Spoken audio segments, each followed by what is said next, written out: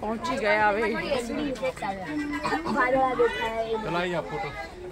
Ticket લેવાની અહીંયા કેટલાની છે ટિકિટ 40 એકના 40 હે ને પર પર્સન 40 રૂપિયા છોકરાઓ ફ્રી 80 પ્લસ ઓનલી 80 પ્લસ ની ટિકિટ લેવાની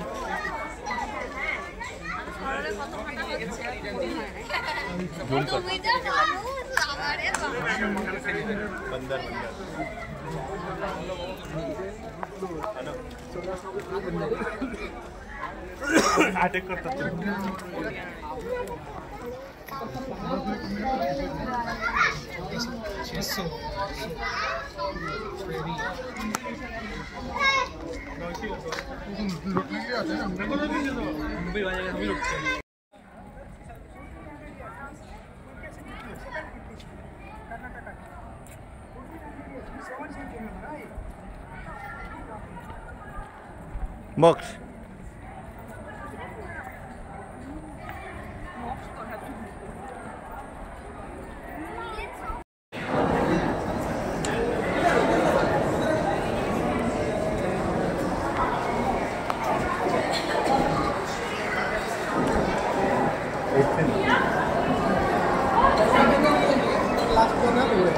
क्या है? फर्स्ट पैनल ये है और लास्ट पैनल उधर है, मतलब आपको घूमते रहना पड़ेगा। ये फर्स्ट टनल और आपका एलिफेंट आइलैंड पे स्वागत है। अभी आप मुंबई से यहाँ तक आए हो तो 11 किलोमीटर का सफ़र है और आपको नीचे से ऊपर आने के लिए आपको 120 सीढ़ियाँ लगती है और इस टापू का जो पूरा किनारा है वो 9 किलोमीटर का किनारा है। इस टापू पे 3 गाँव रहते हैं। आप करीब 1600 के आसपास यहाँ पर लोग रहते हैं। ये गुफा है, ये 6 से 8 शताब्दी में बनी हुई है, जो बनवाई गई है द्वितीय पुलकेशन राजा ने, जो कि कर्नाटका से थे, चालुक्य वंशज से। तो शिव भगवान के बड़े भक्त थे, तो आपको इस मंदिर के अंदर शिव भगवान के 9 स्वरूप देखने को मिलेंगे और 3 शिव मंदिर देखने को मिलेंगे। इस टापू का मूल नाम है घारापुरी। आपने नीचे देखा रहेगा ग्राम पंचायत घारापुरी लिखा है। घारा मीन्स पंडित और पुरी यानी रहने का ठिकाना, मतलब ये टापू पंडितों का रहने का ठिकाना, इस नाम से टापू जाना जाता था। उन्होंने इस मंदिर का निर्माण किया था पूजा विधि और साधना के लिए, क्योंकि वो शिव भगवान के बड़े भक्त थे।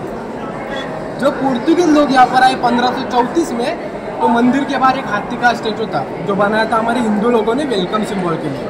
तो जब पुर्तगाली लोगों ने वो हाथी के स्टैचू को देखा तब वो चिल्लाने लगे एलिफेंट एलिफेंट, इसलिए इसका नाम एलिफेंटा भी है। ये एलिफेंटा नाम है, ये पुर्तगाली लोगों ने दिया हुआ नाम है। जो पुर्तगाली लोग गुफा के अंदर आए तो उन्होंने सारे मूर्ति देखे जरूर, और उनकी उन्होंने रिस्पेक्ट नहीं की, क्योंकि उनको ये मंदिर खंडित करना था। तो उनके पास जो हेवी हथियार थे उनसे उन्होंने यहाँ पर टारगेट प्रैक्टिस की थी। इवन उन्होंने कॉलम्स भी नीचे से तोड़ दिए थे। उन्हें क्या लगा नीचे से हम बेसमेंट तोड़ देंगे तो मंदिर है वो नीचे आ जाएगा, पर ऐसा हुआ नहीं। ये मोनोलिथिक स्ट्रक्चर, मतलब एक ही पत्थर के अंदर एक काम हुआ है, इसलिए ये मंदिर है टूटा नहीं। तो ये डिस्कवर किया ASI ने, आर्कोलॉजिकल सर्विस ऑफ इंडिया ने। तो इसकी मरम्मत हुई है, तो आपको नीचे सब सीमेंट वाला भाग देखने को मिलेगा और ऊपर वाला भाग है वो पत्थर है, वो पूरा ओरिजिनल भाग है। और 1987 में इसे वर्ल्ड हेरिटेज का दर्जा मिला और देश विदेश से आते हैं यहाँ पर लोग देखने के। तो पहला पैनल हमारा उधर से है, लास्ट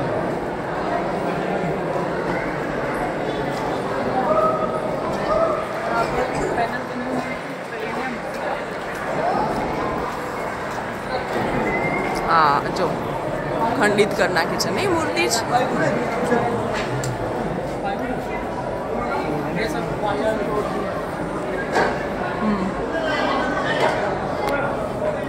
फर्स्ट पैनल है नटराज। नट मीन्स नृत्य, राजा।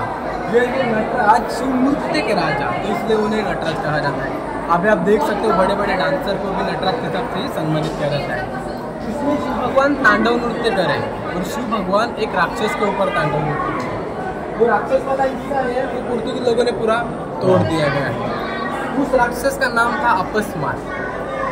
उस राक्षस को अज्ञान का प्रतीक माना जाता है और शिव भगवान है जो अज्ञान को इधर खत्म करे, ऐसा इसमें दिखाया गया। और नटराज की मूर्ति आपने देखी रहेगी, ऐसे रहती है। तो शिव भगवान का ये हाथ है वो गुड ब्लेस यू, मतलब ये शिव भगवान का हाथ आशीर्वाद देने के लिए, और नीचे वाला हाथ है शिव भगवान को विनाश करने के लिए। और ये तांडव है, वो तबला बजा रहा है, उस पे शिव भगवान है वो नृत्य कर रहे हैं। और शिव भगवान के बड़े बेटे कार्तिक स्वामी वॉरियर और उनके छोटे पुत्र गणेश जी भी दिखाए गए हैं, लकी गॉड। और ऋषि मुनि और उसकी पत्नी को भी दिखाया गया है, उस पत्नी का नाम स्वाति है। और ये ब्रह्मा भगवान है, हंस के ऊपर ये ब्रह्मा भगवान दिखाए गए। और ये गरुड़ के ऊपर है विष्णु जी। और शिव भगवान की वाइफ पार्वती माता, ये पार्वती माता है इस साइड में। और ये ऐरावती हाथी का स्टैचू। तो पहला पैनल है हमारा नटराज ऐसे और 8 पैनल है आगे देखिए। पंडित जी पोर्टुगल पंडित पोर्तुगीज लोगों ने किया, क्योंकि पोर्तुगीज लोग हमारे इन्फ्लुएंस के आगे हमारे इंडियन लोग जो अच्छा बनाते थे पोर्तुगीज लोग।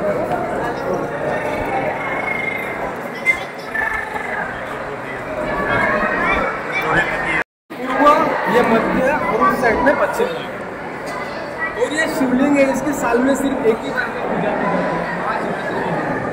क्योंकि ये पूजा नहीं की जाती, साल में एक ही बार में इसकी पूजा होती है, वहाँ से होती है।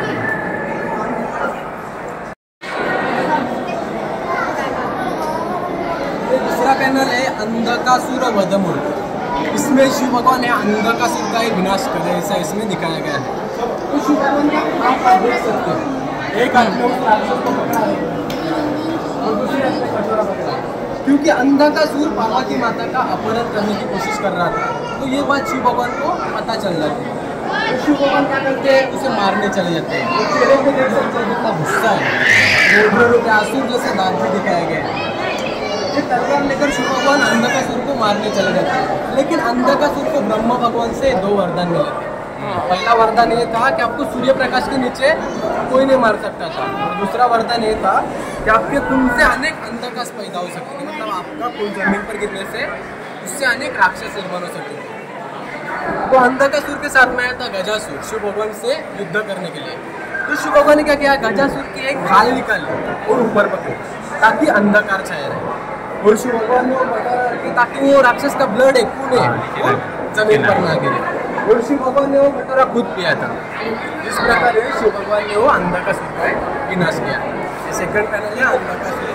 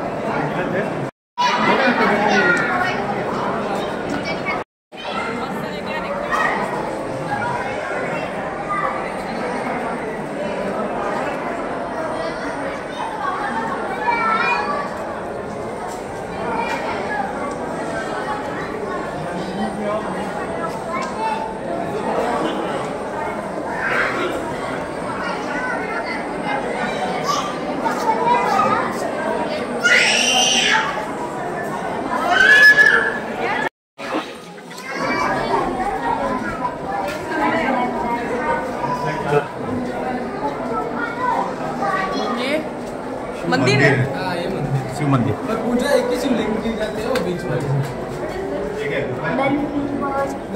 शिवलिंग।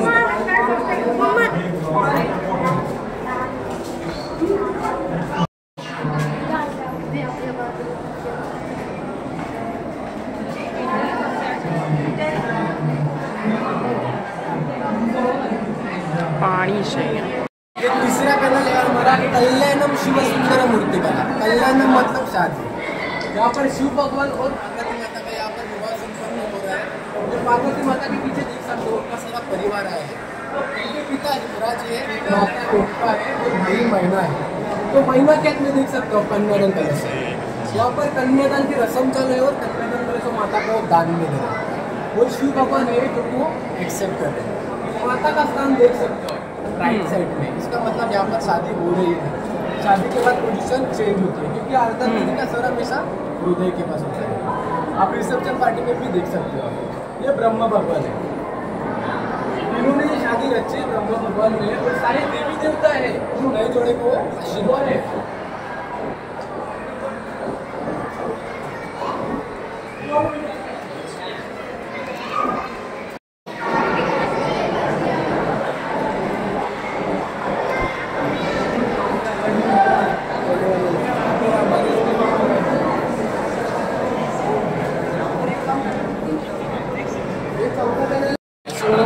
जटाधार भी कहा जाता है।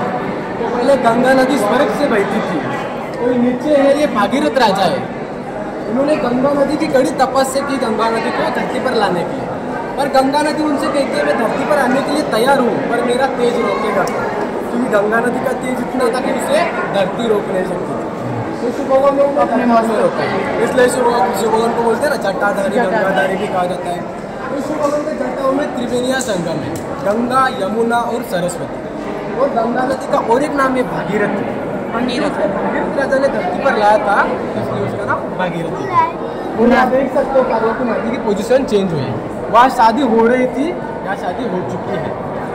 और ये ब्रह्मा भगवान, आपको ब्रह्मा भगवान हर पैनल में देखने को मिलेगा।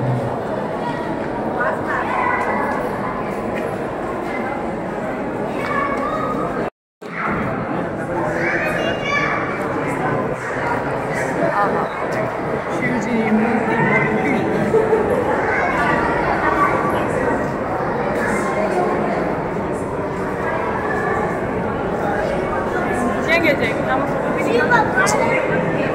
ना ब्रह्म भगवान ब्रह्म भगवान है ना ये ब्रह्म भगवान है।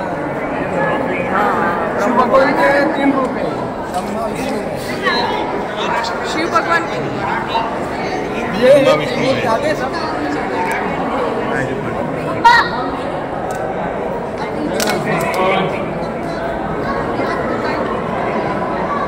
सदाशिव और महेश मूर्ति के नाम से जाना जाता है। ये शिव भगवान का सर्वोच्च स्वरूप है। इसमें हमारे सर्वोच्च 3 लोग हैं, ब्रह्मा विष्णु एंड महेश। निर्माण करता, पालन करता और विनाश करता। निर्माण करता मतलब देख सकते हो उनके हाथ में कमल का फूल है, और पालन करता मतलब और उनके हाथ में कोकोनट है, और विनाश करता मतलब उनके हाथ में सांप है। विनाश करता उनको वामदेव कापुरुष आहुरी भी कहा जाता है। और शिव भगवान का मतलब है नथिंग, मतलब शिव भगवान का कोई रूप नहीं। शिव भगवान को जितनी प्यारी हल्दी है उतना प्यारा उनको बेलपत्र है। तो शिव भगवान किसी चीज़ का मोह नहीं, इसलिए उन्हें कहते हैं भोलेनाथ। तो भोलेनाथ की पूजा मानवों ने भी की थी और दानवों ने भी की थी। और GOD God, G for generator, O for operator, D for destroyer. This is the most important statue inside cave. और ये मूर्ति है, ये 18 फीट की मूर्ति है, और हमारे महाराष्ट्र टूरिज्म का ये सिंबल है। जैसे गोवा का, कर्नाटक का अलग अलग रहता है, वैसे हमारे महाराष्ट्र टूरिज्म का सिंबल है।